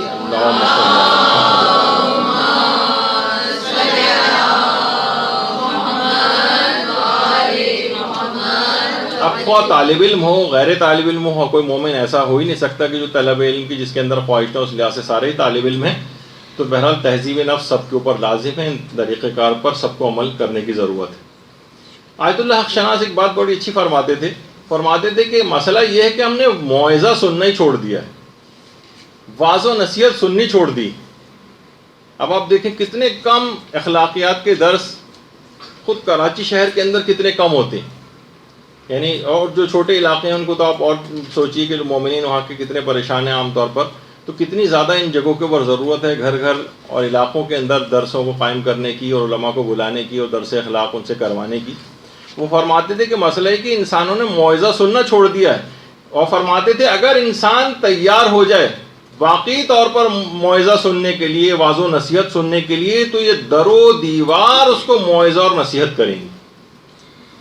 دیکھا جائے تو انسان اب بس ایک دفعہ سننے کو تیار تو ہو، پھر وہ دیکھے گا کہ واقعتاً در و دیوار جو ہے وہ نصیحت کرنے کو تیار ہیں، نصیحتیں اور عبرتیں اتنی بکھری ہوئی ہیں اس کے لیے۔ ہمارے ساتھ مسئلہ یہ وہی جو آیت اللہ انصاری شیرازی فرماتے تھے کہ طالب علم کا جو سرمایہ ہے نا، وہ نہ تو مال و دولت ہے، نہ ریاست ہے، نہ شہرت ہے، اور نہ یہ تجملات ہیں کہ مثلا طالبہ ہونے کے لحاظ سے آپ جو ہیں وہ میک اپ میں اور زیورات میں اور کپڑے بنانے کی ہر وقت فکر میں رہیں۔ تجملات کہتے تھے طالب علم کا اس سے کوئی کام نہیں، نہ مال و دولت، نہ ریاست و شہرت، نہ تجملات۔ فرماتے تھے کہ اس کے لیے کیا چیزیں؟ علم، تقوی اور اہل علم کی مجالست، اہل علم کی مجالست۔ تو اہل علم جو ہے اب کتنے علماء جو ہے آپ کو ابھی بھی انشاءاللہ جو دوسرا درس ہوگا مولانا عامر رضا یاسوبی صاحب کا ہوگا، وہ تشریف لے آئے ہیں، اور رمضان میں بھی انشاءاللہ آپ ان سے مستفید ہوں گے مسائل شریعت میں۔ تو کیسٹوں کے ذریعے، کتابوں کے ذریعے تمام آپ جو ہیں اور ایک لحاظ سے ان کی گویا انسان ان کی محفل میں بیٹھا ہو، تو فرماتے تھے یہ 3 چیزیں ہیں بس طالب علم کے لیے: علم ہونا چاہیے اس کے پاس جو اس کو طلب کرے، تقوی ہونا چاہیے، اور اہل علم کے ساتھ اٹھنا بیٹھنا یا مثلا ان کے افکار کو اس طرح سے حاصل کرنا، یہ 3 چیزیں کہتے ہیں اس کو خدا سے قریب کریں گی۔ باقی کہتے تھے کہ دنیاوی جتنی چیزیں ہیں وہ ساری معکوس ہیں، یعنی وہ اس کو خدا سے دور کرتی ہیں۔ جتنا زیادہ تجملات میں، جتنا زیادہ شہرت پسندی میں، جتنا زیادہ مال و دولت کی طرف طالب علم جائے گا، یہ اتنا دور اس کو اللہ سے لے جائیں گی جو قابل جبران بھی نہیں، وہ کمپنسیٹ بھی نہیں ہو سکتا۔ طالب علم اگر اس چکر میں پڑ گیا تو اس کو کمپنسیٹ کرنے کی کوئی چیز نہیں ہے کہ اس کی اس کمی کو دور کر سکے جو اس طالب علم کے اندر آ جائے گی، جو ان تجملات کے اندر پڑ گیا، جو مال و دولت کے چکر میں پڑ گیا، جو ریاست و شہرت کے چکر میں پڑ گیا، اتنا دور اللہ سے اس کو لے جائیں گی۔ تو اصلاح نفس رمضان کا ایک بہت بڑا استقبال کا ایک طریقہ ہے، اس کی طرف انسان کو متوجہ رہنا چاہیے۔ اور دیکھیے تبلیغ عملی، عمل کے ذریعے تبلیغ کرنا، طالب علم یا کوئی بھی مومن جب تک اپنے عمل سے تبلیغ، ہم لوگ ہمارے ساتھ مسئلہ کیسے زبان سے تبلیغ کرتے ہیں، اس کا تقاضا دیکھیے عمل سے تبلیغ کرنے کا رسول اللہ تک سے کیا گیا۔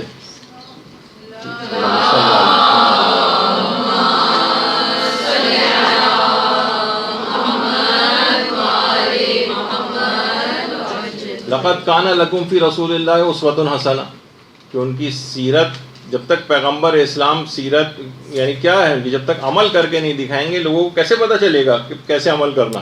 تو پیغمبر نے ایک ایک چیز پر عمل کر کے دکھایا، اور ہم یہ سوچ رہے ہیں کہ فقط آپ جو ہیں کہ بس میں کسی جگہ جا کر تقریر کر دوں، مجلس کے اندر اچھی اچھی باتیں پڑھ دوں، خالی صرف قولی صرف تبلیغ کر دوں تو مسئلہ حل ہو جائے گا۔ یہ پیغمبر اسلام تک سے صرف تقاضا نہیں کیا گیا یہ والا، بلکہ ان سے کہا کہ عمل کر کے دکھاؤ۔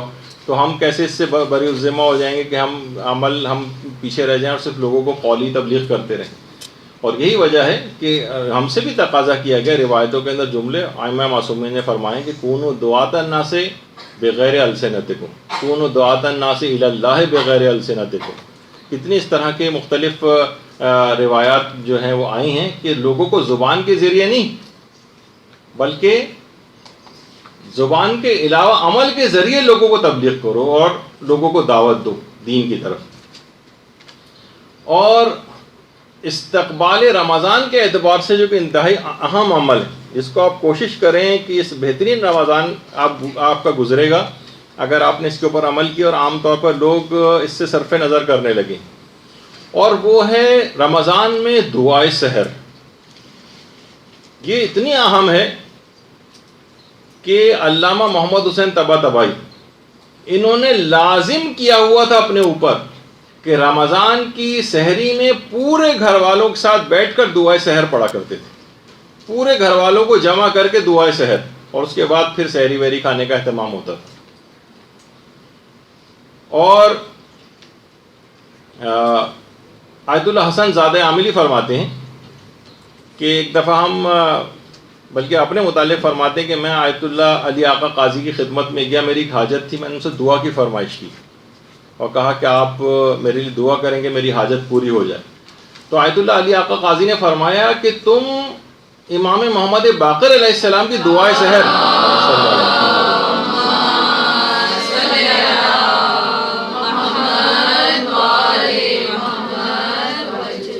فرماتے تھے کہ تم پانچویں امام کی دعائے سحر کیوں نہیں پڑھتے ہو؟ اچھا، دعائے سحر دو بڑی مشہور ہے، ایک تو دعائے سحر ہمارے پانچویں امام کی ہے، اور ایک ہمارے آٹھویں امام امام علی رضا علیہ الصلوۃ والسلام۔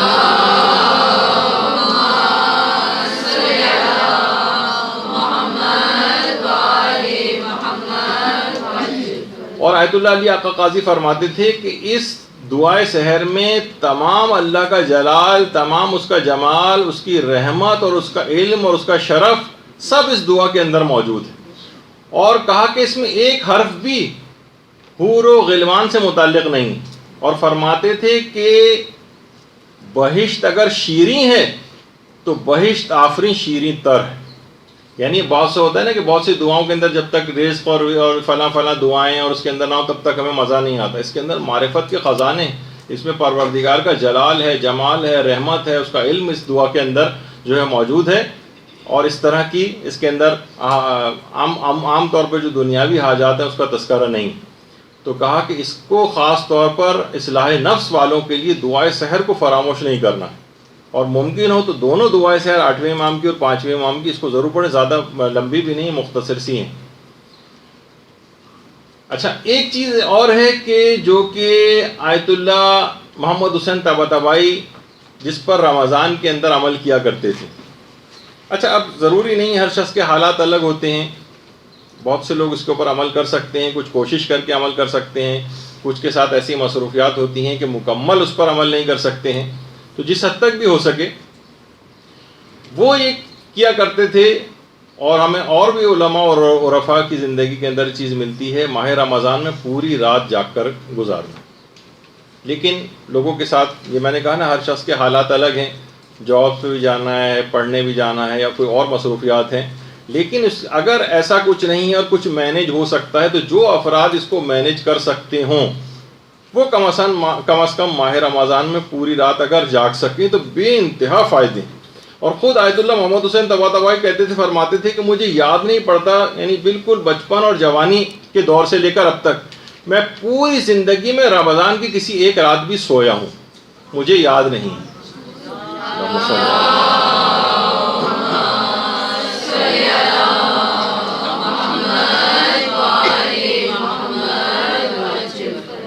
تو اب خواہ آپ پوری رات جاگیں یا نہ جاگیں، دو کام اگر آپ کر لیں تو بہترین رمضان کی جو ہے آپ کی راتیں گزریں گی، اور استقبال حقیقتاً گویا آپ نے رمضان کا صحیح طور پر کیا۔ وہ یہ ہے کہ روزانہ ایک تو نماز شب کو فراموش نہ کریں، اور نماز شب سے مراد 11 رکعت ہی پڑھیں، 11 رکعت۔ ایک تو مختصر 3 1 والی، وہ بھی اپنی جگہ پہ ہے، چلیں جب کبھی ایسا موقع ہو جائے، لیکن رمضان میں کوئی ایکسکیوز نہیں بنتا ہے کہ آپ 11 رکعت کی نماز شب کو فراموش کریں۔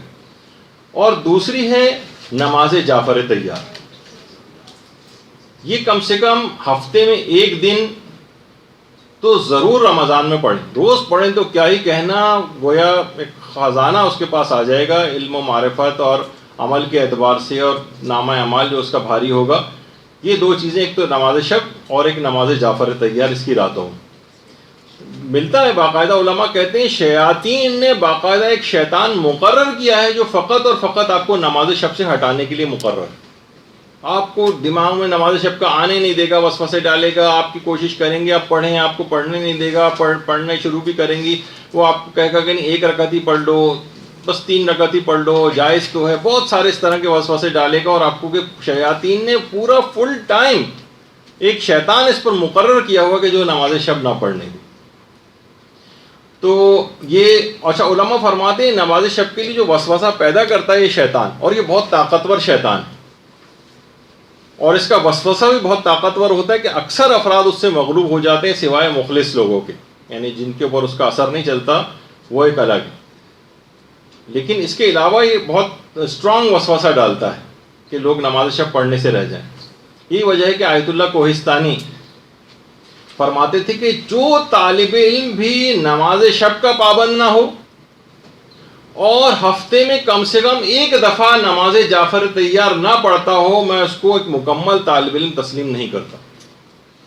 یہ بات یاد رکھ لیں کہ خاص طور پر اگر آپ محسوس کرتا ہے کوئی شخص میں کہ دینی طالب علم ہوں، وہ فرماتے ہیں اگر کوئی طالب علم نماز شب کا پابند نہیں ہے اور ہفتے میں کم سے کم ایک دن نماز جعفر طیار نہیں پڑھتا ہے تو وہ مکمل طالب علم نہیں، اس کے اندر کمی آ گئی.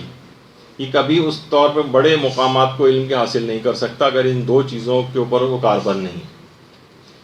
تو یہ بھی ایک پیغام اس کے اندر یہ ہے کہ جتنے بھی انسان کوشش کرے کہ جتنا بھی انسان مستحبات کی پابندی کرے، مکروہات سے بچنے کی پابندی کرے، تو گویا یہ مستحبات پر عمل اور مکروہات سے بچنا، واجب و حرام کی بات تو ایک طرف رہی، ہم مستحبات اور مکروہات کی بات کر رہے ہیں اس کی پابندی، تو گویا انسان ریڈ لائن کراس کرنے سے بچ جاتا ہے. یعنی جو مستحبات کا پابند ہو بہت کم امکان ہوگا کہ اس سے کوئی واجب چھوٹ جائے، اور جو مکروہات سے بچنے کا اہتمام کرتا ہو بہت مشکل ہے کہ کسی حرام کی طرف جائے.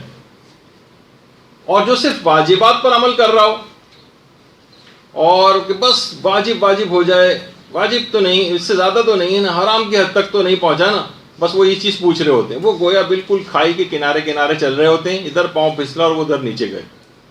تو مستحبات اور مکروہات کی پابندی سے انسان اس ریڈ لائن سے بہت دور چلا جاتا ہے اور امکان نہیں ہوتا کہ یہ کسی حرام کے اندر مبتلا ہوگا. تو اسی مستحبات میں عمل کے اعتبار سے تعقیبات نماز کی پابندی آپ کریں. اس پہ ہمارے پچھلے دنوں پورے گفتگو ہو چکی ہے، بہترین نماز کیسے پڑھیں گے ضمن کے اندر، اس کے جو چیزیں وہ بھی رمضان کے اندر ضرور پڑھیں. علماء ایک بڑی اچھی بات فرماتے ہیں کہ جو شخص بھی تعقیبات نماز کا پابند ہے اسے پھر سحر اور جادو سے نمٹنے کے لیے کسی اور دعا کو پڑھنے کی کوئی ضرورت ہی نہیں. یعنی اگر کوئی شخص تعقیبات نماز کو پابندی سے انجام دیتا ہو تو سحر اور جادو سے بچنے کے لیے الگ سے کسی عمل اور دعا کو کرنے کی کوئی ضرورت نہیں ہے، خود اس کو بچا کے لے جائے گی. یہ بڑی اہم چیز ہے. تو اب ہم دیکھتے ہیں کہ بہرحال لوگ تعقیبات نماز کے پابند اتنے نظر نہیں آ رہے. کچھ بوڑھے افراد، ریٹائرڈ افراد وہ پھر بھی بیٹھے ہوتے ہیں، اور نوجوانوں کو ہم دیکھتے ہیں کہ وہ تو بالکل پابند نہیں ہیں، اور گویا نمازوں میں انہوں نے ایک ٹربو بوسٹ لگایا ہوا ہوتا ہے، مشکل سے ایک آدھ منٹ کے اندر نماز پڑھی اور یہ جا وہ جا ایک بالکل ہوا کی تیزی کے ساتھ جو ہے وہ نمازوں کو ختم کرتے ہیں، اور تعقیبات نماز تو پڑھنے کا اہتمام ہی نہیں. اور ایک اور چیز اس کے اندر یہ ہے کہ خاص طور پر آپ کو اول نماز کی پابندی، اول وقت نماز کی پابندی، اس کا بڑا اہتمام کرنا ہے. اگر نمازوں کو رمضان میں اس کی عادت آپ نے ڈال لی اول وقت نماز کی پابندی کی تو بہت ہی بہتر، اور گویا آپ نے بالکل صحیح استقبال کیا. کیونکہ علماء دیکھیے فرماتے ہیں کہ اور کوئی زیادہ اتنا وقت بھی نہیں لگتا، کوئی بھی اہم ترین کام کر رہے ہو آپ صرف 10 منٹ کے لیے نماز کا بیچ میں سے وقت نکالیں، کوئی ایسی دنیا جو ہے وہ نقصان آپ کا نہیں ہو جائے گا، کوئی بہت دنیا اوپر نقصان ہو گیا آپ کا. کیونکہ ہم دیکھتے ہیں علماء فرماتے ہیں کہ عاشورے کے روز کتنا زیادہ امام نے اول وقت نماز کا بھی اہتمام کیا تھا. علماء فرماتے ہیں کہ دیکھیے زیادہ تر شہادتیں زوال آفتاب کے بعد یعنی نماز ظہر کا وقت آنے کے بعد ہوئیں. ظہر سے پہلے حضرت علی اکبر علیہ السلام بھی زندہ تھے، حضرت قاسم بھی زندہ تھے، حضرت عباس علمدار علیہ السلام بھی زندہ تھے.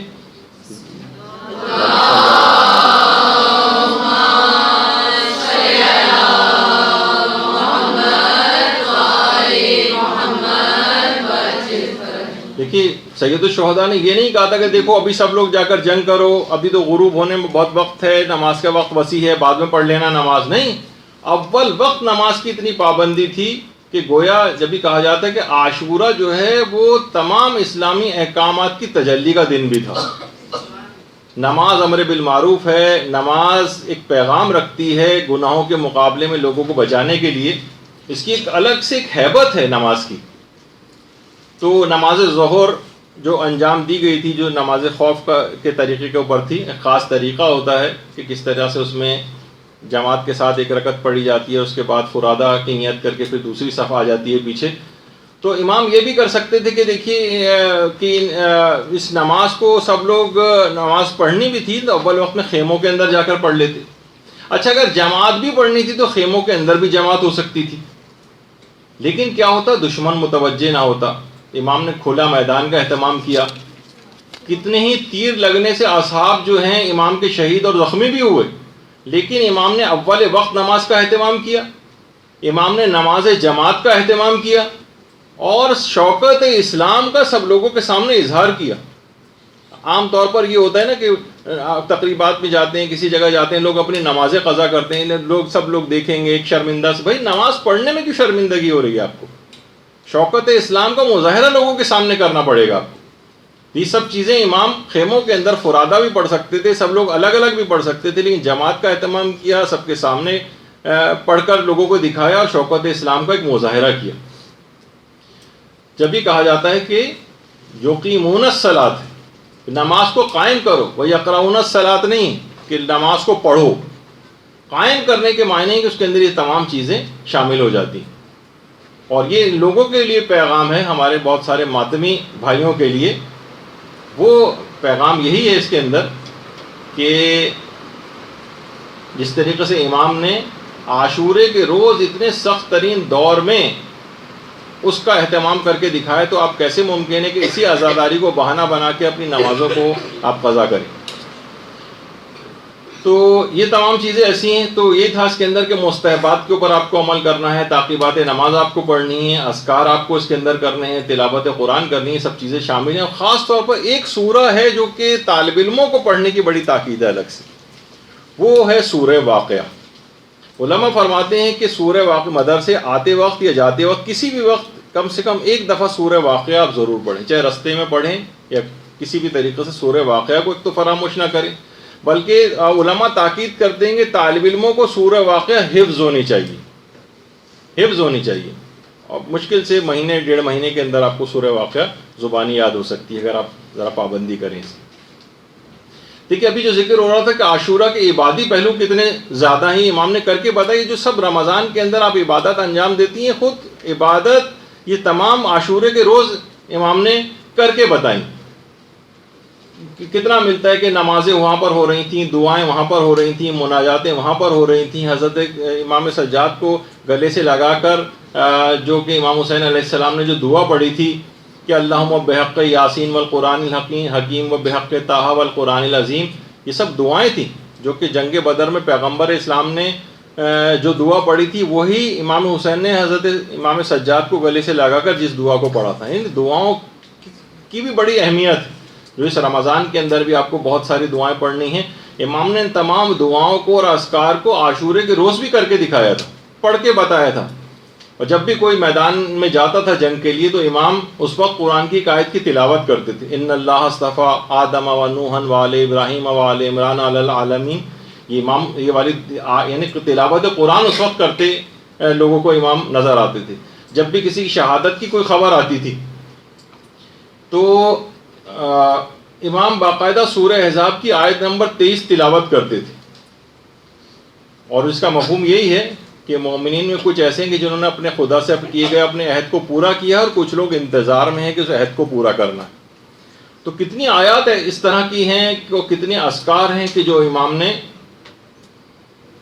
ان کو اس کی اہمیت اتنی زیادہ ہے ان دعاؤں اور اذکار کی. جب بھی آپ نے دیکھا کہ کتنا زیادہ ان کی تاکید آئی ہے ان دعاؤں کی اور اذکار کی، کہ یہی وجہ ہے کہ ابھی جن کا آیت اللہ کوہستانی کا تذکرہ ہو رہا تھا اس سے پہلے، وہ فرماتے تھے کہ انسان اصلاً دولہا اس وقت بنتا ہے جب وہ سدر اور کافور سے نہلا کر سفید لباس اس کو پہنایا جاتا ہے، اور جب وہ لوگوں کے کاندھوں پر سوار ہو کر لوگ اس دولہا کی ڈولی اٹھا کر لے کے جا رہے ہوتے ہیں، اور اس وقت اشہد ان لا الہ الا اللہ کی آوازیں گونج رہی ہوتی ہیں.